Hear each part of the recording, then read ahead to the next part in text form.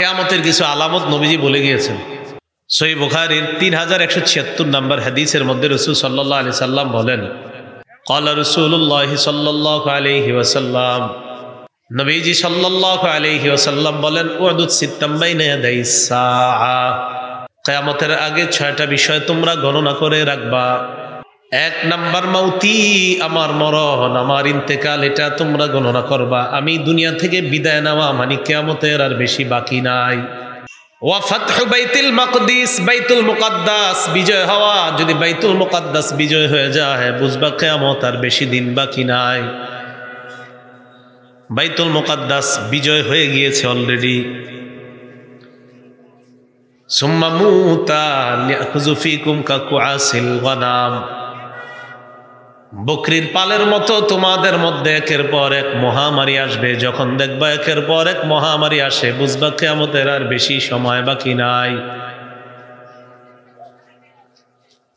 তাহলে এই যে করোনা আসে, ওমিক্রন আসে, দুর্ভিক্ষ আসার সম্ভাবনা বলতেছে, এগুলো আসা মানে নবীজি সাল্লাল্লাহু আলাইহি সাল্লাম বলেন এগুলো আসা মানে কিয়ামতের আর বেশি দিন বাকি নাই।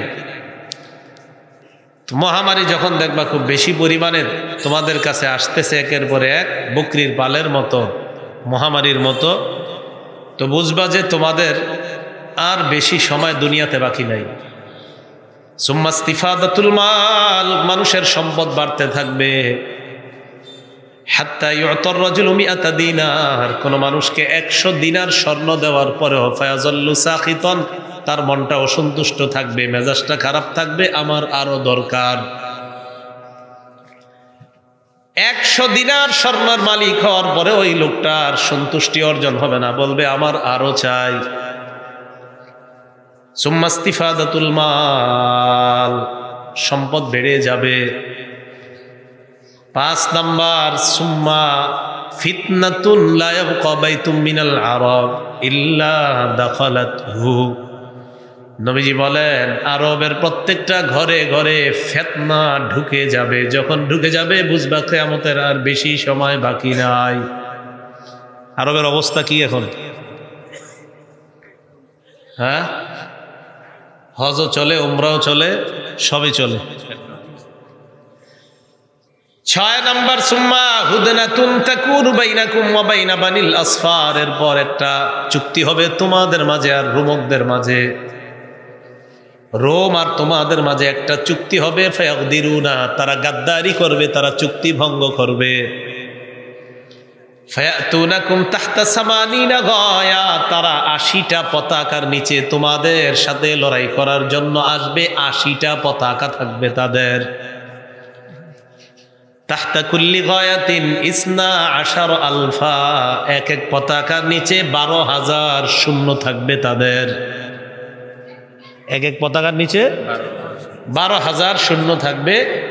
এই 80টা পতাকার নিচে তারা তোমাদের বিরুদ্ধে লড়াই করার জন্য আসবে। স্যার নিচে বসছেন কেন? উপরে আসেন, আসেন আসেন আসেন আসেন আসেন, খারাপ দেখা যাইতেছে। আমি দাখিল পরীক্ষা দিছি যখন, স্যারের কাছে অঙ্ক ইংরেজি আলাদা পড়েছিলাম। রাসূলুল্লাহ সাল্লাল্লাহু আলাইহি সাল্লাম বলেন যে কিয়ামতের আগে তোমরা 6টা জিনিস গণনা করে রাখবা। এই 6টা জিনিসের মধ্যে রাসূল সাল্লাল্লাহু আলাইহি সাল্লাম বললেন এইগুলা। তো এর মধ্যে আপনার মোটামুটি প্রথম যে 5টা, এই 5টা অলরেডি আমি আপনি চোখে দেখতেছি একের পর এক। নবীজি সাল্লাল্লাহু আলাইহি সাল্লাম অন্য হাদিসের মধ্যে বলেন, বুইস্তু আনা ওয়াসসাআতু কাহাতাইন ওয়া যাম্মাস সাব্বাবাতা ওয়াল উসতা, শাহাদাত আঙ্গুলি আর মধ্যমা আঙ্গুলি আল্লাহ রাসূল একসাথে মিলাইলেন। মিলানোর পর বললেন, আমি আর কিয়ামত এইভাবে পাশাপাশি আসছি, মানে আমি দুনিয়াতে আসা মানে কিয়ামতের আর বেশি সময় বাকি নাই। ইনশিকাকুল কমার, ক্বালা রাসূলুল্লাহ সাল্লাল্লাহু আলাইহি ওয়াসাল্লাম, নবীজি সাল্লাল্লাহু আলাইহি ওয়াসাল্লামের জামানায় একটা ঘটনা ঘটার কথা কোরআনের মধ্যে আছে। আল্লাহ বলেন, ইকতারাবাতিস সাআতু ওয়ানশাক্কাল কমার, কিয়ামত নিকটবর্তী হয়ে গিয়েছে, চন্দ্র দ্বিখণ্ডিত হয়েছে। ইনশাক্কাল কমারু আলা আহদি রাসূলিল্লাহি সাল্লাল্লাহু আলাইহি ওয়াসাল্লাম। আল্লাহ নবী এক জায়গায় দাঁড়িয়ে আছে, বেঈমানরা এসে কয়, মুহাম্মদ, আকাশের চাঁদটা যদি 2 খণ্ড করে দেখিয়ে দিতে পারো আমরা মুসলমান হব। ফাআরাহুমুল কমারা শিক্কাইন। আল্লাহ নবী এইভাবে আঙ্গুল দিয়ে ইশারা করলেন। আল্লাহ পাক রব্বুল আলামিন কাফেরদেরকে চাঁদ দ্বিখণ্ডিত করে দেখায় দেয়। চন্দ্র দ্বিখণ্ডিত হওয়া এটাও কিয়ামতের আলামত। এটা হয়ে গেছে, নবীজি দুনিয়াতে এসে গেছেন, চন্দ্র দ্বিখণ্ডিত হয়ে গেছে, নবীজি ইন্তেকাল করেছেন, মানুষের সম্পদ বাড়তেছে দিন দিন। রাসূল সাল্লাল্লাহু আলাইহি সাল্লাম কিয়ামত কবে হবে এটা বলেন নাই, বাকি কিয়ামতের আলামত বলেছেন, কারণ কিয়ামত হবে কবে এটা জানে আল্লাহ। বুখারী শরীফের 5090 নম্বর হাদিসের মধ্যে আসছে, ক্বালা রাসূলুল্লাহ সাল্লাল্লাহু আলাইহি ওয়াসাল্লাম, নবীজি বলেন, লা ইয়াকুনান্না মিন উম্মতি আকওয়াম, আমার উম্মতের মধ্যে এমন একদল মানুষের আবির্ভাব ঘটবে, ইয়াস্তাহিল্লুনা আল হিররা ওয়াল হারিরা, যারা জিনা করাকে হালাল মনে করবে। জিনা করা হালাল মনে করা মানে হলো আপনার স্বামী বিদেশে আছে, আপনি যদি অন্য কোনো পুরুষের সাথে অপকর্মে লিপ্ত হয়ে যান, এই জিনা করা। স্বামী স্ত্রী একসাথে থাকি, স্ত্রী অন্যের সাথে পরকীয়ায় লিপ্ত, স্বামী অন্যের সাথে পরকীয়া, জিনা। নবীজি বলেন এমন একটা সম্প্রদায় আসবে যারা জিনাকে হালাল মনে করবে, ওয়াল হারিরা, রেশমের পোশাক হালাল মনে করবে, ওয়াল খামরা, মাদক হালাল মনে করবে, ওয়াল মাআজিফা, বাদ্যযন্ত্র ঢোল তবলাকে হালাল মনে করবে। এমন একটা সময় আমার উম্মতের উপর আসবে। বলেন এই সময় কি আসবে না চলতেছে? চলতেছে। তাহলে কিয়ামতের এই আলামত এগুলা তাহলে আসবে, আর অপেক্ষা করে লাভ নাই, চলতেছে। বুখারী শরীফের 80 নম্বর হাদিস, ক্বালা রাসূলুল্লাহ সাল্লাল্লাহু আলাইহি ওয়াসাল্লাম, নবীজি বলেন, ইন্না মিন আশরাতিস সাআ আইয়ুরফাআল ইলম, কিয়ামতের আলামতের মধ্যে এটা একটা আলামত, আইয়ুরফাআল ইলম, ইলম উঠিয়ে নেওয়া হবে, বিদ্যা উঠিয়ে নেওয়া হবে, ওয়ায়াসবুতাল জাহলু, মূর্খতা সমাজের মধ্যে ছড়িয়ে পড়বে, ওয়ায়াজহারাজ জিনা, ব্যভিচার সয়লাভ করবে, ব্যভিচার প্রকাশ্যে রূপ ধারণ করবে, ব্যভিচারকে মানুষ ব্যভিচারী মনে করবে না, ওয়ায়ুশরাবাল খামরু, মদ পান করা মানুষ হালাল মনে করবে, মাদক পান করা হবে, মাদক জয় জয়কর অবস্থা হবে মাদকের। বুখারী শরীফের 81 নম্বর হাদিসের মধ্যে নবীজি সাল্লাল্লাহু আলাইহি ওয়াসাল্লাম এই কথাগুলার পাশাপাশি আর একটু বাড়িয়ে বলেন, ওয়া তাকসুরান নিসা, নারীদের সংখ্যা বাড়তে থাকবে, ওয়া ইয়াকিল্লার রিজাল, পুরুষদের সংখ্যা কমতে থাকবে। নারীদের সংখ্যা বাড়বে, পুরুষদের সংখ্যা কমবে। হাত্তা ইয়াকুনা লি 50 রাজুলান, নবীজি সাল্লাল্লাহু আলাইহি ওয়াসাল্লাম বলেন, হাত্তা ইয়াকুনা লি 50 ইমরাআতান রাজুলুন কাইয়িম, গড়ে 50 জন নারী হবে, একজন পুরুষ হবে। নারী বাড়বে, পুরুষের সংখ্যা কমতে থাকবে। বুখারী শরীফের 85 নম্বর হাদিসে নবীজি এই কথাগুলো বলে আরেকটু বাড়িয়ে বলছেন, ওয়ায়াজহারুজ জিনা ওয়াল ফিতান, নবীজি বলেন ব্যভিচার বাড়বে, ওয়াল খামরা, মাদক বাড়বে, ওয়াল ফিতান, ফিতনা একের পর এক বাড়তে থাকবে। ফিতনা মানে কেমন ফিতনা বাড়বে? আজকে একটা বিপদে পড়ছেন, আপনি উদ্ধার হয়ে গেছেন, মনে করবেন যাক বাইচা গেলাম, কালকে আরেকটা বলবেন, আপনি মনে করবেন যাক বাইচা গেছি মনে হয়, এরপরের দিন আরেকটা। অথবা এই এলাকার ওলামা পরিষদ যারা আছে, এরা আজকে একটা বেদাতের মোকাবেলা করবে, এরা মোকাবেলা করার পর দেখবে এই বেদাত এলাকা থেকে দূর হয়ে গেছে, আবার কালকে আরেকটা আসবে, কালকে ওইটার মোকাবেলা করবে, পরের দিন আবার আরেকটা আসবে। এইভাবে ফিতনা একের পর এক আসতে থাকবে। একটা একদিক দিয়ে ওনারা খতম করবে, আরেক দিক দিয়ে আরেকটা আসবে। আবু দাউদ শরীফের 4259 নম্বর হাদিসের মধ্যে রাসূল সাল্লাল্লাহু আলাইহি সাল্লাম বলেন, ক্বালা রাসূলুল্লাহ সাল্লাল্লাহু আলাইহি ওয়াসাল্লাম, নবীজি বলেন, ইন্না বাইনা ইয়াদাইস সাআতি ফিতানান কাকিতাইল লাইলিল মুজলিম, অন্ধকার রাতের টুকরার মতো, রাতের অন্ধকারের টুকরার মতো একের পর এক ফিতনা তোমাদের সামনে আসতে থাকবে।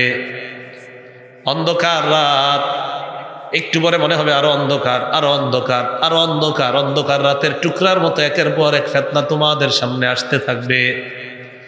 ইউসবিহুর রাজুলু ফিহা মুমিনা, তোমরা দেখলে মনে করবে একটা মানুষ সকালবেলা মুমিন আছে, অথচ তোমরা জানো না ইউমসি কাফিরা, বিকালবেলা লোকটা বেঈমান হয়ে গেছে, এটা তোমরা জানবাও না। ওয়ায়ুমসি মুমিনা ওয়ায়ুসবিহু কাফিরা, একটা মানুষ দেখবা তোমরা বিকালবেলা ঈমানদার, সকালবেলা যে লোকটা বেঈমান হয়ে গেছে এটা তোমার জানাও থাকবে না। যেমন কিভাবে আপনি আমরা জানি ওই লোকটা 5 ওয়াক্ত নামাজি, তো এই লোকটা একটা হালাল ব্যাপারের ক্ষেত্রে খতিব সাহেবের বিরোধিতা করে রাখে, হুজুরে কই লইব নাকি, হুজুর বললেন এই বিষয়টা হালাল, কোরআনের দলিল দিলেন, হাদিসের দলিল দিয়ে বললেন এটা হালাল, কোরআনের দলিল দিয়ে হাদিসের দলিল দিয়ে বললেন এটা হারাম। এখন ওই হারামটা ওই নামাজি ব্যক্তি করে। এখন এই নামাজি ব্যক্তি জুমার নামাজের পর খতিব সাহেব বললেই হবে নাকি এটা যে হারাম, উনি মানতে চায় না। হারামকে যদি আপনি হারাম না মানেন ঈমান চলে যাবে। আপনি হারামকে হারাম একটা হলো হারাম যাই না গুনাহ করতেছেন, আপনি জানেন যে এটা হারাম, তারপরে গুনাহটা করে ফেলতেছেন, আল্লাহ হয়তো মাফ চাইবেন, মাফ করে দেবেন, কিন্তু আপনি হারামকে হারাম মানতেই চান না, টোটাল অস্বীকার করলেন আপনি যে না এটা হারাম মানি না আমি, তাই আপনার ঈমান থাকলো না। তো রাসূল বলেন মানুষ জানবেও না, সকালে ঈমানদার বিকালে বেঈমান, বিকালে ঈমানদার সকালে বেঈমান। তো এই ফিতনা একের পর এক ফিতনার মধ্যে তোমরা পড়তেই থাকবা। নাসাই শরীফের 4191 নম্বর হাদিসের বর্ণনা, ক্বালা রাসূলুল্লাহ সাল্লাল্লাহু আলাইহি ওয়াসাল্লাম, নবীজি বলেন ঈমানদারের কাছে একের পর এক ফিতনা আসতে থাকবে, আসার পর ঈমানদার বলবে তাজিউল ফিতনা হাজিহি মুহলিকাতি, ফিতনা একটা আসার পর ঈমানদার বলবে এই ফিতনা মনে হয় আমাকে ধ্বংস করে দিবে। নবীজি বলেন ফাতান কাশিফু, এই ফিতনা দূর হয়ে যাবে, যাওয়ার পর আরেকটা ফিতনা আসবে, ওই ফিতনা আসার পর তুমি মনে করবা এই ফিতনায় মনে হয় আমি শেষ হয়ে গেলাম। আল্লাহ নবী কয় না না, মনে রাখবা ফিতনায় তুমি শেষ হবে এমন না, হয়েও যেতে পারো শেষ, তবে ফিতনা একের পর এক আসবে। করোনা ফিতনার মধ্যে অনেক ঈমানদার মারা গেছে, আর আমরা যারা বেঁচে আছি এর মানে আমরা এই ফিতনাটা দেখছি, টেনশনে পড়ে গেছি সবাই আমরা, আহারে কবে যার ঘর থেকে বেরোবো এই টেনশনে সবাই পড়ে গেছে। রাসূল সাল্লাল্লাহু আলাইহি সাল্লাম বলেন ওই ফিতনার সময় আমি আপনি কি করণীয়? নবীজি বলেন ফালতাতিমানিয়াতুহু ওয়া হুয়া ইউমিনু বিল্লাহি ওয়াল ইয়াউমিল আখির, ওই সময় তুমি কবরে এমন অবস্থায় আসবা যেন তুমি আল্লাহকেও মানো, আখিরাত বিশ্বাস করো, এমন অবস্থায় তুমি কবরে আসবা। ফিতনায় আমি আর আপনি পড়েই যাব, কিন্তু ফিতনার মধ্যে যেন ঈমান ঠিক রাখতে পারি, নবীজি আমাদেরকে বললেন। তাহলে বলেন তো নবীজি যেই ফিতনাগুলার কথা এই যে আমি বললাম একটু আগে, জিনা, ব্যভিচার, মদ খাওয়া, এগুলাকে আসবে না চলে এসেছে? বুখারী শরীফের 85 নম্বর হাদিসের মধ্যে নবী বলেন ওয়াজহারুল হারজু, হারজ বেড়ে যাবে। বলেন হারজ, বলেন হারজ। সাহাবারা প্রশ্ন করলেন ইয়া রাসূলুল্লাহ ওয়ামাল হারজু, হারজ আবার কি জিনিস? হাদিসের শেষে আল্লাহ নবীর সাহাবী ব্যাখ্যা করে দেয় কান্নাহু ইউরিদু কতলা, হত্যাকাণ্ড বেড়ে যাবে। কি বেড়ে যাবে? হত্যাকাণ্ড বেড়ে যাবে। হঠাৎ আপনি শুনবেন মানুষ মারা গেছে, মার্ডার হয়েছে, নদীতে 8 জন 10 জন 15 জন মারা গেছে, কে মারছে আপনি জানতেও পারবেন না। আল্লাহ নবী বলেন এইভাবে হত্যাকাণ্ডগুলো বেড়ে যাবে। এমন অবস্থা যখন হয় মনে করবা কিয়ামত আর বেশি সময় বাকি নাই, কিয়ামতের অপেক্ষা করবা। কিয়ামতের আলামতের মধ্যে আল্লাহ নবী সাল্লাল্লাহু আলাইহি ওয়াসাল্লাম আরেকটা আলামতের কথা বলছে, বলবো নি না আসলে সত্যি কমো?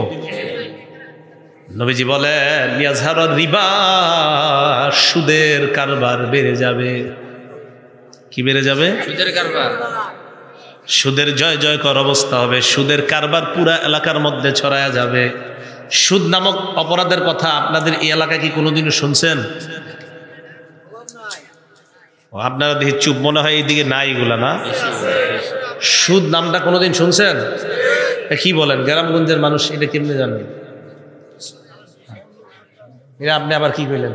হ্যাঁ আরে না, এগুলা এইদিকে নাই, নাই নাই, আছে আসলে আছে, এই নিয়ে কিছু বলা দরকার। কি বলেন? আচ্ছা, সুদের ব্যাপারে 13টা কথা কমো। কয়টা?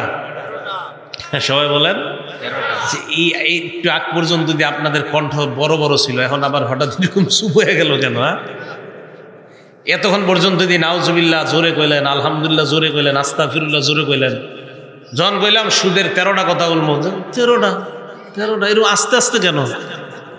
এটার কোনো রহস্য আছে নি হুজুর? আচ্ছা আচ্ছা, আল্লাহ হেফাজত করেন। সুদের কয়টা অবস্থা কমু? নবীজি বলেন সুদ যখন বেড়ে যাবে তখন বুঝবা কিয়ামতের আর বেশি বাকি নাই। এক নাম্বার, যারা সুদ খায় আল্লাহ নবীর পক্ষ থেকে তাদের বিরুদ্ধে যুদ্ধের ঘোষণা দেওয়া হয়েছে। আল্লাহ নবীর পক্ষ থেকে তাদেরকে যুদ্ধের ঘোষণা দেওয়া হয়েছে। তোমরা যুদ্ধের জন্য প্রস্তুতি হয়ে যাও যদি সুদের কারবার ছেড়ে না দাও। সূরা বাকারার 278-79 নম্বর আয়াতে আল্লাহ বলেন, ইয়া আইয়ুহাল্লাযীনা আমানুত্তাকুল্লাহ ওয়া যারু মা বাকিয়া মিনার রিবা ইন কুনতুম মুমিনিন। হে ইমানদারগণ, তোমরা আল্লাহকে ভয় করো, সুদের কারবার তোমরা ছেড়ে দাও। ফাইল্লাম তাফআলু, আমি আল্লাহ বলার পর যদি তোমরা সুদের কারবার ছেড়ে না দাও, ফাজানু বিহারবিম মিনাল্লাহি ওয়া রাসূলি, তাহলে আল্লাহ আর তার রাসূলের পক্ষ থেকে যুদ্ধের ঘোষণা জেনে নাও, যুদ্ধের ঘোষণা নিয়ে নাও। নাউজুবিল্লাহ। কিয়ামতের ময়দানে সুদখোরকে বলা হবে খুসসিলাহাকা লিল হার, সুদখোর তুমি তোমার অস্ত্র নাও, আমি আল্লাহর সাথে লড়াই করার জন্য তুমি তোমার অস্ত্রটা নাও। সুদখোরের অস্ত্র আবার কোনটা? সুদ। সুদখোরের অস্ত্র কোনটা? আল্লাহ কিয়ামতের ময়দানে বলবে তুমি তোমার অস্ত্রটা নাও আমার সাথে লড়াই করার জন্য। বলেন কিয়ামতের ময়দানে কি আল্লাহর সাথে লড়াইয়ের সাহস আছে কারো? না, দুনিয়াতে আসেনি। এক নাম্বার, আল্লাহ বলেন আমি বলার পর যদি সুদের কারবার ছেড়ে না দাও, আল্লাহ আর তার নবীর পক্ষ থেকে যুদ্ধের ঘোষণা নিয়ে নাও। দুই নাম্বার, যারা সুদ খায়, আল্লাহ না করেন এই অবস্থায় যেন কারো মরণ না হয়। কিন্তু যদি সুদখোর অবস্থায় আপনার মরণ হয়ে যায়, আপনি সুদের কারবারে জড়িত যদি আপনার মরণ হয়, কিয়ামতের ময়দানে পাগল অবস্থায় আপনাকে উঠানো হবে। কি অবস্থায় উঠবেন? পাগল অবস্থা। সূরা বাকারা 275 নম্বর আয়াতে আল্লাহ বলেন, আল্লাযীনা ইয়াকুলুনার রিবা, যারা সুদ খায়, লা ইয়াকুমুনা ইল্লা কামা ইয়াকুমুল্লাযী ইয়াতাখাব্বাতুহুশ শাইতানু মিনাল মাস। আল্লাহ বলেন তারা কিয়ামতের ময়দানে এমন অবস্থায় উঠবে যেন শয়তান তাদেরকে স্পর্শ করে পাগল বানায় দেয়। নাউজুবিল্লাহ। তাহলে সুদ খাওয়া মানে কিয়ামতের ময়দানে পাগল অবস্থায় উঠা। তিন নাম্বার, যারা সুদ খায় তারা কিয়ামতের ময়দানে এমন অবস্থায় উঠবে যেন দেখলে মনে হবে তাদের গলাটা কেউ চাপ দিয়ে ধরছে, তাদেরকে গলায় চেপে হত্যা করতে চায়। এমন অবস্থায় তারা কিয়ামতের ময়দানে উঠবে। শ্বাসরোধ করে তাদেরকে হত্যা করতে কেউ চায়, এমন অবস্থায় তারা কিয়ামতের ময়দানে উঠবে। উমদাতুত তাফসীর 1 নম্বর খণ্ড 330 নম্বর পৃষ্ঠা। আন আব্দুল্লাহ ইবনে আব্বাস রাদিয়াল্লাহু তাআলা আনহুমা قال, আব্দুল্লাহ ইবনে আব্বাস রাদিয়াল্লাহু তাআলা আনহুমার বর্ণনা, আকিলুর রিবা ইউবাসু ইয়াউমাল কিয়ামাতি মাজনুনান ইউখনাক। সুদখোরকে কিয়ামতের ময়দানে এমন অবস্থায় উঠানো হবে দেখলে মনে হবে পাগল, আর মনে হবে তার গলাটা কেউ চেপে ধরে তাকে শ্বাসরোধ করে হত্যা করতে চায়। এমন অবস্থায় সুদখোর কিয়ামতের ময়দানে উঠবে। 4 নাম্বার, আপনাদের এলাকায় যারা সুদ খায় তারা এই এলাকার জন্য আল্লাহর আযাব বৈধ করে নেয়। কি বৈধ করে নেয়? আযাব বৈধ করে নেয়। আল্লাহ আযাব দিতে চায় না, কিন্তু সুদখোররা আযাব বৈধ করে নেয় এলাকার জন্য। আল্লাহ হেফাজত করেন। আমিন। আত-তারগীব ওয়াত-তারহীব একটা কিতাব আছে, এই কিতাবের 3 নাম্বার খণ্ড 59 নাম্বার পৃষ্ঠা। আর আব্দুল্লাহ ইবনে আব্বাস রাদিয়াল্লাহু তাআলা আনহুমা قال قال رسول الله صلى الله عليه وسلم। আব্দুল্লাহ ইবনে আব্বাস রাদিয়াল্লাহু তাআলা আনহুমার বর্ণনা, আল্লাহ নবী বলেন, ইযা যাহারাজ জিনা ওয়ার রিবা ফি ক্বরিয়াতিন, কোন এলাকার মধ্যে যখন দুইটা অপরাধ বেড়ে যায়, বলেন কোন এলাকায় যখন কয়টা অপরাধ বেড়ে যায়? এক নাম্বার জিনা নামক অপরাধ যদি বেড়ে যায়, দুই নাম্বার সুদের কারবার যদি বেড়ে যায়, এক নাম্বার ব্যভিচার যদি বেড়ে যায়, দুই নাম্বার সুদের কারবার যদি বেড়ে যায়, নবীজি বলেন কদ আহাল্লু বিআনফুসিহিম আযাবাল্লাহ, এই ব্যভিচারকারীর দল আর সুদখোরেরা ওই এলাকাবাসীর জন্য আল্লাহর আযাব বৈধ করে নেয়। এলাকায় এমন মানুষ আছে না যারা সুদ খায় না? সুদখোররা ওই যারা সুদ না খায় তাদের জন্য আযাব বৈধ করে নেয়। গজবে সবাই পড়বেন, গজবে সবাই পড়বেন। এখন হলো আপনাদের করণীয় কি? করণীয় হলো আপনারা এদেরকে বুঝান, বাধা দেন। ক্বালা রাসূলুল্লাহ সাল্লাল্লাহু আলাইহি ওয়াসাল্লাম, নবীজি বলেন মা মিন রাজুলিন ইয়াকুনু ফি কওমিন ইউমালু ফীহিম বিল মাআসি, নবীজি বলেন তুমি যদি কোন এলাকার মধ্যে থাকো, ওই এলাকার মধ্যে যদি গুনাহের কারবার হয়, ইয়াকদিরুনা আলা আইয়ুগাইয়িরু, আর যদি ওই গুনাহটা বাধা দেওয়ার সামর্থ্য তোমার থাকে, নবী বলেন কোন এলাকার মধ্যে তুমি আছো, ওই এলাকায় একটা গুনাহ হয়, গুনাহে বাধা দেওয়ার সামর্থ্য যদি তোমার থাকে, থাকার পরেও যদি তুমি বাধা না দাও, মনে রাখবা তোমার উপরও মরণের আগে গজব আসবে, তুমি নিশ্চিত হয়ে নাও। ইল্লা আসাবাহুমুল্লাহু বিআযাবিন মিন ক্বাবলি আইয়ামুতু, মরণের আগে ওই এলাকায় তোমরা যারা বাধা, একটা হলো আপনার বাধা দেওয়ার সামর্থ্য নাই, পারতেছেন না, কিন্তু সামর্থ্য আছে। যেমন এটা কথার কথা, আপনার ছেলে গুনাহ করে, আপনার সামর্থ্য আছে বাধা দেওয়ার, পাশে ৫-৭টা ছেলে গুনাহ করে, আপনার সামর্থ্য আছে, শক্তি আছে বাধা দেওয়ার, এটা করো না, এটাও আপনি কইতে চান না। ইদানিং অবস্থাটা এমন হয়ে গেছে, ১০ জন নামাজি ব্যক্তি নামাজ পড়ে বের হয়ে যাইতেছে, ৫টা ছেলে গুনাহ করতেছে, যারা তাদের হাঁটুর বয়সের, শর্মে এদেরকে কিছু বলে না। ৫-১০ জন নামাজি ব্যক্তি যাইতেছে, গুনাহ করতেছে বসে বসে, এদেরকে বললে হয় তোরা কি করো, যাও বাড়ির যাও। এইটা বলারও সামর্থ্য শক্তি মানুষ হারিয়ে ফেলছে। এইটুকুই আপনার বলার সামর্থ্য ছিল না? ছিল, বলেন নাই, আপনি অপেক্ষায় থাকেন গজবের। আপনার তো সামর্থ্য ছিল এটা বলার, এই কি করতেছো তোমরা এখানে গুনাহ, যাও বাড়ির যাও, এইটুক তো বলতে পারতেন না, আপনি বলেন নাই। আপনি মাশাআল্লাহ নামাজ পড়ে বাড়িতে চলে গেছেন। নবীজি বলেন মরণের আগে এলাকাবাসী আযাবের অপেক্ষায় থাকুন। আল্লাহ আমাদেরকে হেফাজত করেন। তো ৪ নাম্বার, যারা সুদ খায়, ভাই এই অপরাধটা করেন না, চাচারা বাবারা অপরাধটা করেন না, আল্লাহর রাস্তায় অপরাধ থেকে বেঁচে থাকেন, আল্লাহ তৌফিক দান করেন, আমিন। ৫ নাম্বার, যারা সুদ খায় তাদের কারণে এলাকায় দুর্ভিক্ষ আসে। কি আসে? দুর্ভিক্ষ আসে। একটা কিতাব আছে হাদিসের নাম মুসনাদে আহমদ, এই কিতাবের ১৭,৮২২ নাম্বার হাদিস। এলাকার মধ্যে যদি সুদের কারবার বেড়ে যায়, তাদেরকে দুর্ভিক্ষের পরীক্ষার মধ্যে ফেলানো হয়। ওয়ামা মিন কওমিন ইয়াযহারু ফীহিমুর রিশা, কোন এলাকার মধ্যে যদি ঘুষের কারবার বেড়ে যায়, ইল্লা উখিযু বিররুবি, ওই এলাকার পুরুষগুলা কাপুরুষ হয়ে যায়। পুরুষগুলা ওই যে এই জন্যই তো বাধা দিতে পারেন না। এমনি আপনি ভালো, সবাই ভালো, ৫ ওয়াক্ত নামাজ পড়তেছেন, কিন্তু কেমন জানি শক্তি পাচ্ছেন না। ঘুষের কারবার বেড়ে যাবে, তখন অটোমেটিক আপনি একজন শক্তিশালী পুরুষ কাপুরুষ হয়ে যাবেন। দাবি হবে যে হুজুর আমরা এলাকায় ১০০ থেকে ১০০ ভাগ মুসলমান, এটা আমি আপনি দাবি করব। তো এরপরও কেমন জানি কেউ অপরাধ করলে বলতে পার, সাহস পাইতেছি না, এটা কইরো না। কেন? নবীজি বলেন যখন ঘুষের কারবার বেড়ে যাবে, পুরুষগুলা কাপুরুষ হয়ে যাবে। এখন নবীজি বলছে যখন বাড়বে, আপনারা বলেন এটা কি ভবিষ্যতে বাড়বে? চলছে তো, তা আমাদের সতর্ক হয়ে যাওয়া উচিত। তাহলে সুদের কারবার ভবিষ্যতের অপেক্ষা দরকার নাই না, এটা চলতেছে। তো ৫ নাম্বার, সুদের কারবার যদি বাড়ে এলাকায় দুর্ভিক্ষ আসবে। আর কি বুঝবা যে কিয়ামত বেশি সময় বাকি নেই। ৬ নাম্বার, যারা সুদ খায় তারা পেটের মধ্যে সাপ ঢুকায়। সাপ কি ঢুকায়? সাপ ঢুকায়। এলাকার সর্বস্তরের মুসলমান ভাই যারা আছেন, আপনাদেরকে আমার একটা প্রশ্ন, আচ্ছা বলেন আপনি কিছুক্ষণের জন্য ঠিক আছে আপনার, আমি বলি আপনি যে সুদটা খাইতেছেন, এই টাকাটা বাড়াইতেছেন কেন?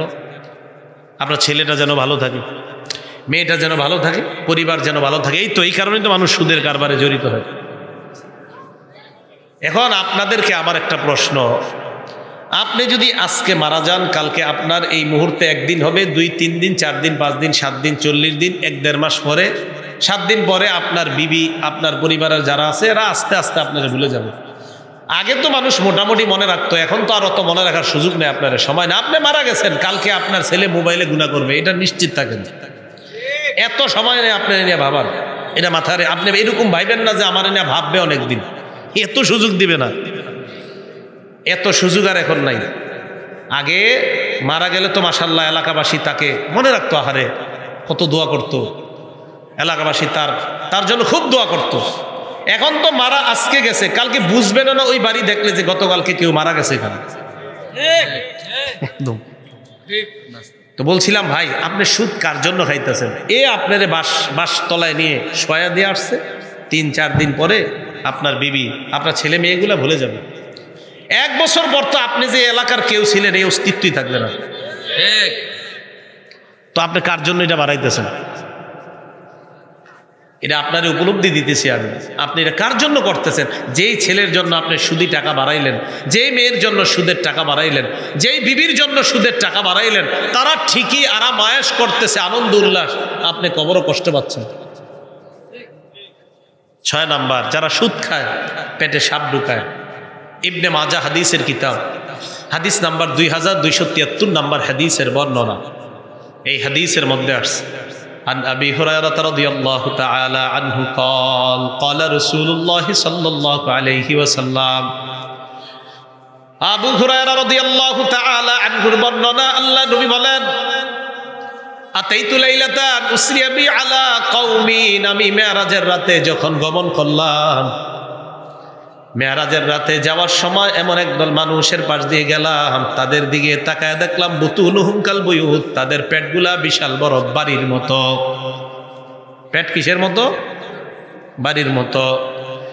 ফিহা আল হাইয়াত তুরা মিন খারিজি বুতুনিহিম, দেখেন এই দেখেন, তাদের পেটের বাহির থেকে তাকায় দেখি পেটের ভিতরে বিশাল বড় বড় সাপ দৌড়ায়, বাহির থেকে স্পষ্ট দেখা যাচ্ছে সাপ।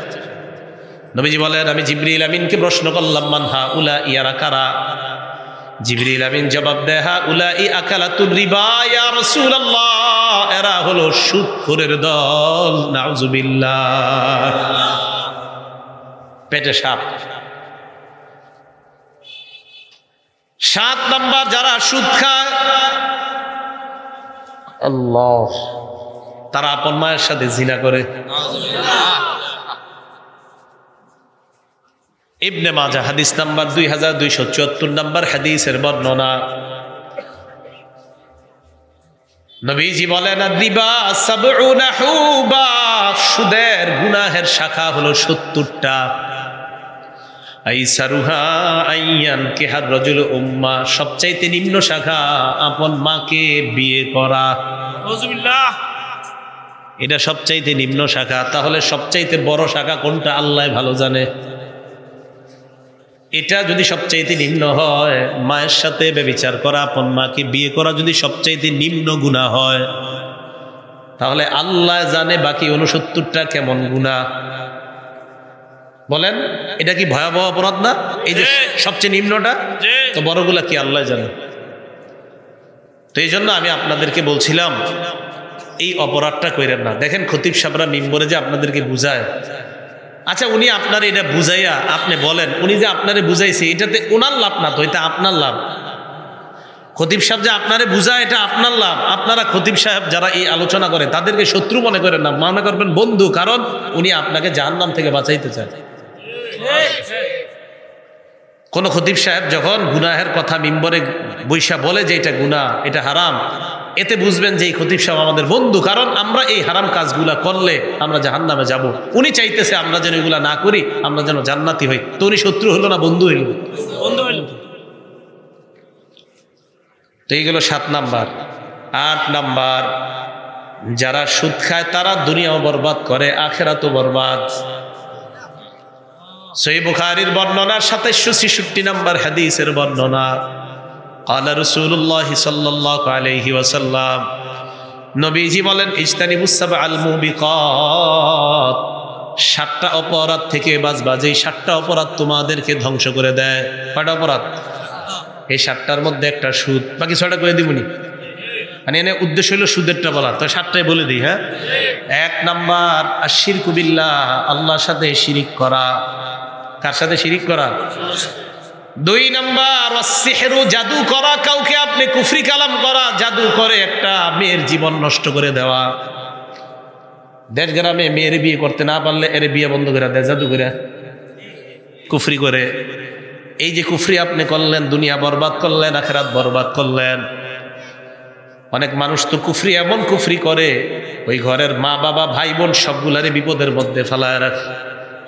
আমাদের বাংলাদেশে এমন আলেম আছে, আহারে ওই আলেম হক কথা বলার কারণে এই বেচারারেও শত্রুতা করে তার পুরা জীবনের এমন ভয়ঙ্কর পরিস্থিতি করছে মানুষ। কিছু মানুষ আলেম, আমাদের দেশে আলেম, দেখলে চোখের পানি রাখতে পারবে না। কুফরি করে, সেহের করে, জাদু করে কি অবস্থা করছে। এই কাজগুলো করেন না, যারা করে তাদের কাছেও যায় না। এই কাজ নিজেরাও করবেন না। এখন এগুলা কেন করে জানেন? শয়তান আপনার মাথায় এসে খোঁচাবে, এই তোরে তোর ভাই সম্পত্তি ওইটা দিল না, মানে আপনার না, কিন্তু এটা আপনি জোর দখল করতে চান।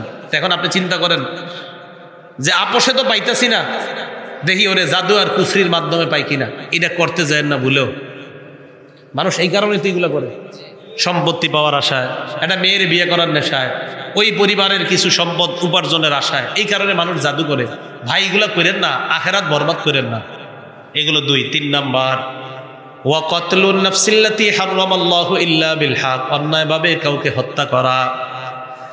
4 নাম্বার আকলুর রিবা, সুদ খাওয়া। 5 নাম্বার আকলু মালিল ইয়াতীম, এতিমের সম্পদ অন্যায়ভাবে ভক্ষণ করা। 6 নাম্বার তাওয়াল্লি ইয়াউমাজ জাহফি, জিহাদের ময়দান থেকে পলায়ন করা। 7 নাম্বার ওয়া কযফুল মুহসানাতিল মুমিনাতিল গাফিলাত, সতী সাদী চরিত্রবান কোন মেয়ের উপর মিথ্যা অপবাদ দেওয়া। এটা সতী মেয়ের উপর মিথ্যা অপবাদ দেওয়া। কিও শুনলাম আব্দুর রহমানের মেয়ের নাকি বিয়ে ঠিক হয়েছে, কয় হ্যাঁ। এখন আপনার টেনশন হইল তার মেয়ের এত ভালো জায়গায় কেন বিয়ে হবে, এই জন্য আপনি বর পক্ষের কানে গিয়ে লাগাইয়া দিলেন। এর মতো খারাপ মেয়ে এলাকায় আর নাই। আসলে মেয়েটা ভালো, আসলে মেয়েটা ভালো। আপনার কথা হলো ওর মেয়ের এত ভালো জায়গায় বিয়ে হবে কেন, এ আপনি একটা অপবাদ লাগাই দিয়েছেন। নবীজি বলেন এটা তোমার দুনিয়া বরবাদ হবে, আখেরাত বরবাদ। এই 7টার মধ্যে সুদের কথা আসেনি? তো সুদও আপনার দুনিয়া বরবাদ করবে, আখেরাত বরবাদ। তাহলে 8 নাম্বার গেল সিরিয়াল, ওই যে 8 ক্ষতি সুদের, যে এই সিরিয়ালে 8 নাম্বার সিরিয়ালে কি হলো, আপনার দুনিয়াও বরবাদ করবে সুদ, আখেরাত বরবাদ। দুনিয়া কিভাবে? যেই ছেলে সুদের টাকা খাচ্ছে, যেই মেয়েকে সুদের টাকা খাওয়াচ্ছেন, তার শরীরটাও জাহান্নামী হচ্ছে। এর মানে দুনিয়ায় যাদের জন্য সুদ খাইতেছেন এরাও বরবাদ হচ্ছে, আপনার আখেরাতও আপনি বরবাদ করতেছেন। আর এরা যদি এইগুলা খাওয়ার মধ্যে মারা যায়, নবী বলেন লা ইয়াদখুলুল জান্নাতা জাসাদুন গুজিয়া বিল হারাম, ওই শরীরও জান্নাতে যাবে না যেটা হারাম টাকায় লালিত পালিত হয়। 9 নাম্বার, এই যে আজকে আপনারে কবর দিয়ে আসলাম, মনে করেন আমরা কবরে রেখে আসলাম, আবারও আগের দোয়াটা করি, সুদী অবস্থায় আল্লাহ যেন কারো মরণ না দেয়। এই অপরাধ থেকে যেন খুব দ্রুত কেউ যদি থেকে থাকেন, তাদেরকে যেন আল্লাহ খুব দ্রুত এই অপরাধ থেকে ফিরিয়ে আনেন। আমিন। তো যদি ওই অবস্থায় কারো মরণ হয়, আমরা তারে কবর দিয়ে আসলাম, সে একটা নদীর মধ্যে সাঁতার কাটা শুরু করবে। ওই নদীর মধ্যে পানি না, শুধু রক্ত আর রক্ত। কিয়ামত পর্যন্ত সাঁতার কাটবে, কিয়ামতের আগে নদীর কিনারায় যেতে পারবে না। সহিহ বুখারী 2085 নম্বর হাদিসের বর্ণনা। عن سمرة بن جندب رضي الله تعالى عنه قال قال رسول الله صلى الله عليه وسلم, সামুরা ইবনে জুনদুব রাদিয়াল্লাহু তাআলা আনহুর বর্ণনা, আল্লাহ নবী বলেন রাআইতুল লাইলাতা রাজুলাইনি আতায়ান, রাতের বেলা 2 ব্যক্তিকে আমি দেখলাম আমার কাছে আসছে। আসার পর ফাখরাজানি ইলা আরদিন মুকদ্দাসা, আমাকে নিতে নিতে একটা পবিত্র জমিনের দিকে নিয়ে যায়। ফান্তলাকনা হাত্তা আতাইনা আলা নাহরিম মিন দাম, যাইতে যাইতে একটা নদীর কাছে গেলাম, নদীর মধ্যে তাকায় দেখলাম নদীর মধ্যে রক্ত। নদীতে কি? নবীজি এটা মনে করেন সমুদ্র, নদী। নবীজি বলেন ফিহি রাজুলুন কাইম, আমি দেখলাম নদীর মাঝখানে এক ব্যক্তি দাঁড়িয়ে আছে। ও আলা ওয়াসতিন নাহরি রাজুলুন বাইনা ইয়াদাইহি হিজারা, নদীর কিনারে একজন, তার আশেপাশে পাথর আর পাথর। ফাকবালা রাজুলুল্লাযী ফিন নাহরি, নদীর মাঝখানের লোকটা কিনারার দিকে রওনা করে। ফারামার রাজুলুল্লাযী বিহাজারিন ফি ফিহি, কিনারার লোকটা একটা পাথর নিয়ে সাঁতারকারী লোকের মুখ বরাবর মারে। নবীজি সাল্লাল্লাহু আলাইহি ওয়াসাল্লাম বলেন পাথর খেয়ে রদ্দাহু হাইসু কানা, ওই ব্যক্তি আবার আগের জায়গায় চলে যায়। আমি ভালো করে তাকাইলাম, তাকায় দেখলাম কুল্লামা যা আলিয়াকরুজা, লোকটা যখনই বের হতে চায় তখনই পাথর খেয়ে আবার আগের জায়গায় চলে যায়। জিবরিল আমিন আমাকে বলে আল্লাযী রাআইতাহু ফিন নাহরি আকিলুর রিবা, হুজুর যারে আপনি নদীর মধ্যে দেখলেন এই লোকটা হলো সুদখোর। নাউজুবিল্লাহ, সুদখোর। আল্লাহ হেফাজত করেন, পুরা সমাজকে আল্লাহ সুদ থেকে হেফাজত করেন। 10 নাম্বার, যে ব্যক্তি সুদ খায়, যে সুদ দেয়, যে সুদের কারবার লেখে, যে সুদের সাক্ষী দেয়, 4 শ্রেণীকে আল্লাহ রসুল অভিশাপ দেয়। যে সুদ খায়, যে সুদ দেয়, যে সুদের কারবার লেখে, যে সুদের সাক্ষী দেয়, 4 জনকে রসুল অভিশাপ দেয়। এলাকায় কিছু সহজ সরল মানুষ আছে, এদেরকে কি করে অনেকে, এই আগামীকাল সকালে তোর নাস্তার দাওয়াত, কোথায়? মতলব বাজারে, কথার আচ্ছা নায়ারগাঁও বাজারে তোর সকাল নাস্তার দাওয়াত। এই সহজ সরল লোকটা কি করছে, সকালবেলা সুইটার ডাকা দিয়া আস্তে আস্তে গেছে 4-5 জন। হোটেলে যাওয়ার পর দেখে মাশাল্লাহ একটা ডিম, 3টা পরোটা আর ভাজি প্রস্তুত। এই বেচারা 5-7 জনকে খাওয়াইছে, খাওয়ানোর পর কয় তোমার একটা সাক্ষীর জন্য আছে। তো এরাও তো মাশাল্লাহ খাইছে তোমার নাস্তা, কি সাক্ষী? ওরে আমি 5 লাখ টাকা ঋণ দিব 1 বছরের লেগে, 1 বছর পর 5.5 লাখ আমারে ফেরত দিবে। ঋণ দিবে কত? 5 লাখ। ফেরত দিবে কত? 5.5 লাখ। সাক্ষী তোরা তো সহজ সরল মানুষ বুঝে না। ও আচ্ছা ঠিক আছে দেন আমরা সাক্ষী। এই যে আপনারা সাক্ষীটা দিয়ে দিলেন, সুদ খাইছেন? আর সাক্ষীদাতারা খাইছে? দিছে? 24 ঘন্টা নবীর অভিশাপ তাদের উপরে। আপনি খাইলেনও না, ধরলেনও না, সাক্ষী কেন দিবেন? এক তো যারা খাইতেছে অন্তত কিছুক্ষণ পাইছে, তো কিছু তো পাইছে যে খায়, কিন্তু আপনি তো কিছুই পান নাই, খালি ওই পরোটা, একটা ডিম আর একটু ভাজি, সাক্ষী দিয়ে দিলেন। অনেক সহজ সরল মানুষ বুঝে না, তো এদেরকে নিয়ে সাক্ষী বানায় দেয়। নাসাই শরীফের 5103 নম্বর হাদিসের বর্ণনা। আর আলী ইবনে আবি তালিব রাদিয়াল্লাহু তাআলা আনহু قال أن رسول الله صلى الله عليه وسلم لعن آكل الربا وموكلا وكاتبا وشاهدا। আলী বলেন আল্লাহ রাসূল সুদখোরকে অভিশাপ দেয়, সুদদাতাকে অভিশাপ দেয়, সুদের লেখককে অভিশাপ দেয়, সুদের সাক্ষ্যদাতা যে তাকেও নবী অভিশাপ দেয়। নাউজুবিল্লাহ। 11 নাম্বার, সামান্য পরিমাণ সুদ খাওয়া 36 বার ব্যভিচারের চাইতে বড় গুনাহ করা।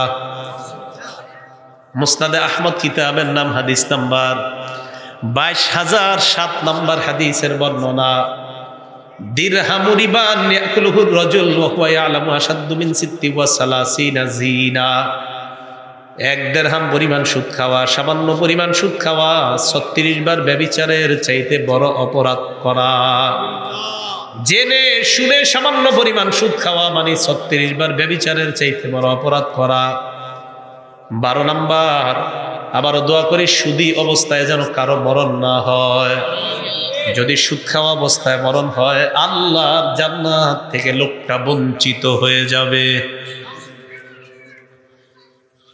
আল মুস্তাদরাক লিল হাকিম একটা কিতাব আছে, আর একটু কমান সাউন্ড। এই কিতাবের 2260 নাম্বার হাদিসের বর্ণনা। নবীজি বলেন আরবাউন হাক্কুন আলাল্লাহ, 4 ব্যক্তি এমন যে 4 ব্যক্তির ব্যাপারে আল্লাহর হক, আল্লাহ ইউদখিলাহুমুল জান্নাহ, তাদেরকে জান্নাত না দেওয়াটাই আল্লাহর হক। কয়জন রে? কি কয় দেখেন, কয় 4 জনকে জান্নাত না দেওয়াটাই আল্লাহর হক। আল্লাহর হক যে আমি এই 4 জনকে জান্নাত দিব না। 1 নাম্বার মুদমিনুল খামরি, মদ পান করা অবস্থায় যার মরণ হয়, নিয়মিত মদ পান করে, এই জাতীয় লোক যদি মদ পান করতে করতে মারা যায়, নবীজি বলেন তার জন্য আল্লাহর হক হলো তাকে জান্নাত না দেওয়া। 2 নাম্বার আকিলুর রিবা, সুদখোর, সুদ খাওয়া অবস্থায় যদি মারা যায়। 3 নাম্বার আকিলু মালিল ইয়াতীম, এতিমের সম্পদ ভক্ষণ করা অবস্থায় যদি কেউ মারা যায়। বাবা মারা গেছে, ভাতিজা ভাতিজিদের সম্পদগুলা কিভাবে মারতে পারবে চাচার এই ধান্দা সারাক্ষণ। কলমের খোঁচায় চাচা চায় ভাতিজা ভাতিজিদের সম্পত্তিগুলা হরণ করতে। এই জাতীয় চাচা মনে হয় আপনাদের সমাজে নাই, তবে বাংলাদেশে আছে। এদিকে আছে, থাকলে তো হইলি। আমি কিন্তু আপনাদের এলাকার কাউরে বলি নেই, যদি থাইকা থাকে তো এটা খারাপ। বেচারা মারা গেছে, 2টা ছোট ছোট বাচ্চা, তো এরা তো বুঝে না কিচ্ছু। এ চাচাই খালি টেনশনে থাকে কেমনে এগোটা নেওয়া যায়, কিভাবে এদেরটা নেওয়া যায়, সারাক্ষণ এই টেনশনে থাকে। তো বলছিলাম, অন্যের এতিমের সম্পদ ভক্ষণ করা অবস্থায় যদি কেউ মারা যায়, তার জন্য জান্নাত হারাম, তাকে আল্লাহ জান্নাত দিবে না। 4 নাম্বার ওয়াল্লাকুলি ওয়ালিদাই, পিতামাতার নাফরমান সন্তান যদি মা বাবার নাফরমানি করা অবস্থায় মারা যায়, তাকে জান্নাত না দেওয়া আল্লাহর হক। এই গেল 12টা অবস্থা।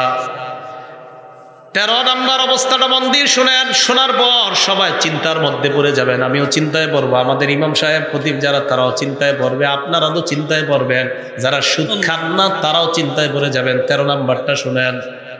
আবু দাউদ শরীফের 3331 নাম্বার হাদিসের বর্ণনা। নবী বলেন, লা ইয়াতিয়ান্না আলান নাসি জামান, এমন একটা সময় আমার উম্মতের উপর আসবে, লা ইয়াবকা আহাদুন ইল্লা আকালা রিবা, যে জামানায় কেউ বাকি থাকবে না, সবাই সুদ খাবে। সবাই আসলে কি সবাই সুদ খায়? না, খায় না তো। সবাই কি খায়? নবীজি বলেন, ওয়া ইল্লাম ইয়াকুলহু, যদিও ডাইরেক্ট না খায়, আসাবাহু মিন বুখারিহি, সুদের ধোঁয়া তার গায়ে লাগবে, সুদের হাওয়া তার গায়ে লাগবে। আমি ওনারে নিয়ে গেলাম, চা খাওয়াইতে নিয়ে গেলাম, চলেন 1 কাপ চা খাওয়াই। ওনাকে আমি চা খাওয়াইলাম, ওনার তো গুনাহ হবে না, আমি সুদের টাকায় ওনারে চা খাওয়াই দিছি, উনি তো জানে না। উনি যদিও জানে না, কিন্তু সুদের ধোঁয়া, সুদের হাওয়া তার পেটে ঢুকাইয়া দিছি। এই বেচারা তো জানে না, এটা যে সুদের টাকা উনি জানে না। তো উনি নবীজি কয়, সবাই ডাইরেক্ট যদিও না খায়, এ জানতেও পারবে না তার পেটে যে সুদের টাকা ঢুকে গেছে, এটা জানবেও না। এই জন্য দেখবেন অনেক সময় আসরের নামাজে মজা পাইছেন এবাদত করে, মাগরিবে মজা পান না। কিরে, আমি মাগরিবে এরকম মজা পাই না কেন, আসরে মজা পাইলাম? আসরের পরে কে জানি আপনারে বাজারে নিয়ে কি খাওয়াই দিছে, আপনি জানেনও না। আপনি তো জানতেছেন আমার দোস্তদা আমার 10 টাকার পাউরুটি খাওয়াইছে, ও যে সুদের টাকায় খাওয়ায় নাই, এ তো আপনি নিশ্চিত না। এই জন্য মাগরিবে আর মজা পাচ্ছেন না এবাদতে। হ্যাঁ, খুব সতর্ক খাবার খাওয়ার ক্ষেত্রে, খুব সতর্ক। আল্লাহ বুঝার তৌফিক দান করেন, আমিন। আল্লাহ বুঝার তৌফিক দান করেন। তো বলছিলাম 13 নাম্বার, যে এমন একটা সময় আসবে সবাই সুদ খাবে, ডাইরেক্ট না খেলেও সুদের হাওয়া তার গায়ে লেগে যাবে। ভাইও এই অপরাধটা কইরেন না। তো নবী বলছে এই অপরাধটা বাড়লে কিয়ামত আর বেশি দিন বাকি নাই। কেন আপনারা বলেন এটা কি আরো বাড়বে ভবিষ্যতে? এই অপেক্ষায় থাকবো না, বেড়ে গেছে, অলরেডি বেড়ে গেছে।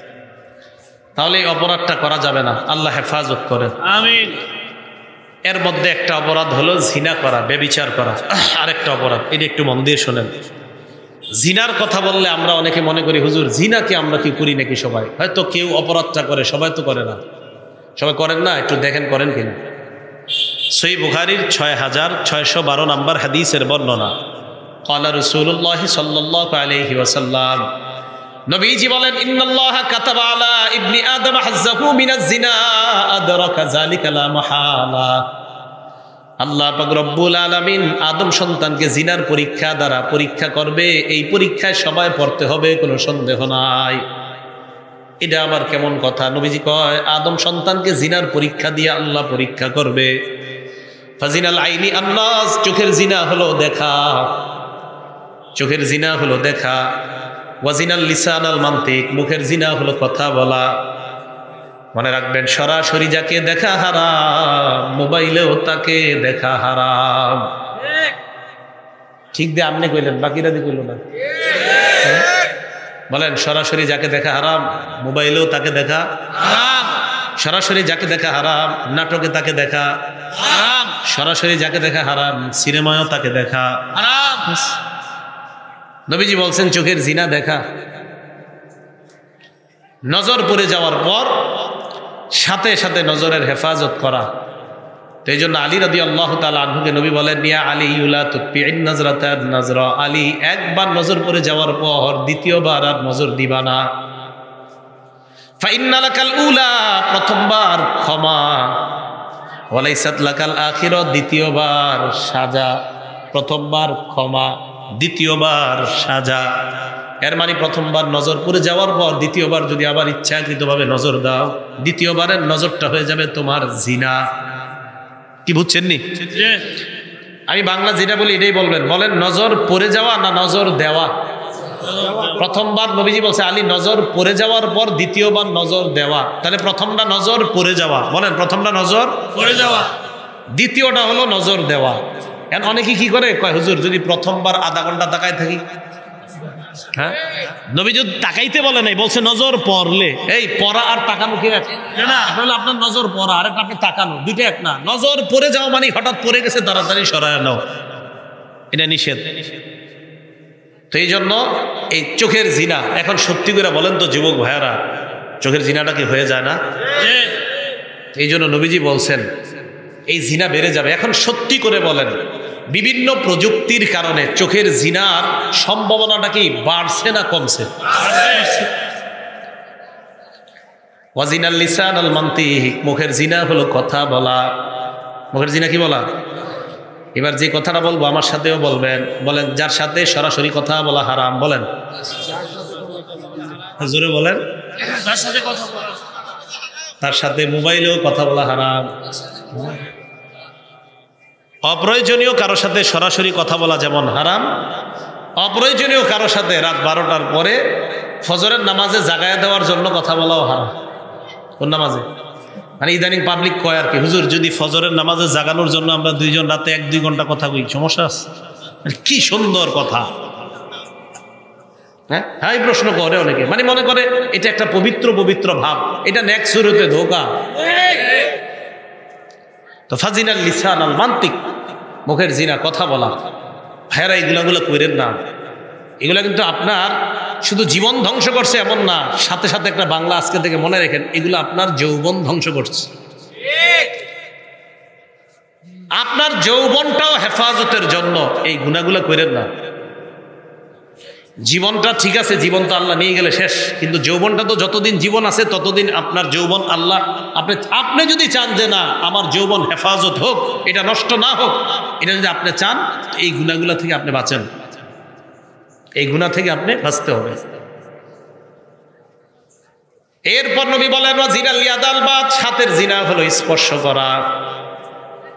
হাতের জিনা হলো স্পর্শ করা। অপ্রয়োজনীয়ভাবে আজাইরা মোবাইলের মধ্যে কাউরে আপনি একের পর এক মেসেজ লিখতেছেন, এটা আঙ্গুলের জিনা।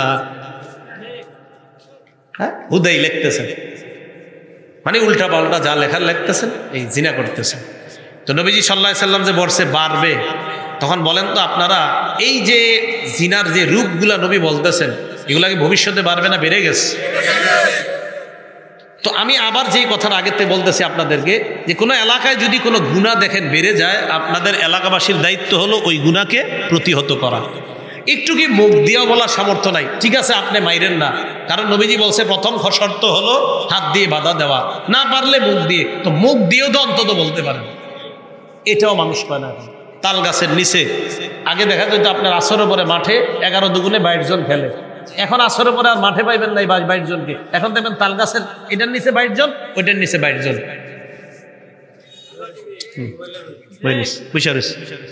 তো আপনি মুরব্বী যারা আছেন একটু তো বলতে পারেন, বাবারা জীবন যোগ, এখন থেকে আর জীবন করেন না, বলবেন যৌবনটা শেষ করো না, এটা বলবেন যে যৌবনটা শেষ করো না, উঠে যাও।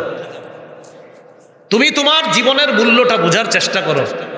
যে তুমি যদি তোমার জীবনের দামি সম্পদ যৌবন হেফাজত না করো, অন্য কেউ করবে না। বাবা এটা শেষ করো না, এদেরকে এইভাবে বুঝান। তো সামাজিক এই অপরাধগুলা সুদ সহ ইনশাল্লাহ আজকে থেকে মুখ দিয়া হলেও ইনশাল্লাহ আমরা অন্যকে বুঝাবো। কারা কারা রাজি আছি? ইনশাল্লাহ রাজি আছি তো ইনশাল্লাহ। আল্লাহ তৌফিক দান করেন। কিয়ামতের আলামতের ব্যাপারে যে কথাগুলা বলা হলো, এই আলামতগুলা ঘটে গিয়েছে। এজন্য আমার আপনার দ্বারা যেন এই গুনাহগুলা না ঘটে আমরা সচেষ্ট থাকবো, সচেতন থাকবো। আল্লাহ আমাদের সকলকে যে কথাগুলা শুনলাম বললাম এর উপর আমরা সবাই যেন আমল করতে পারি, আল্লাহ তৌফিক দান করেন। আমিন। ওয়া আখিরু দাওয়ানা আলহামদুলিল্লাহি রাব্বিল আলামিন। আসসালামু আলাইকুম ওয়া রাহমাতুল্লাহি ওয়া বারাকাতুহু।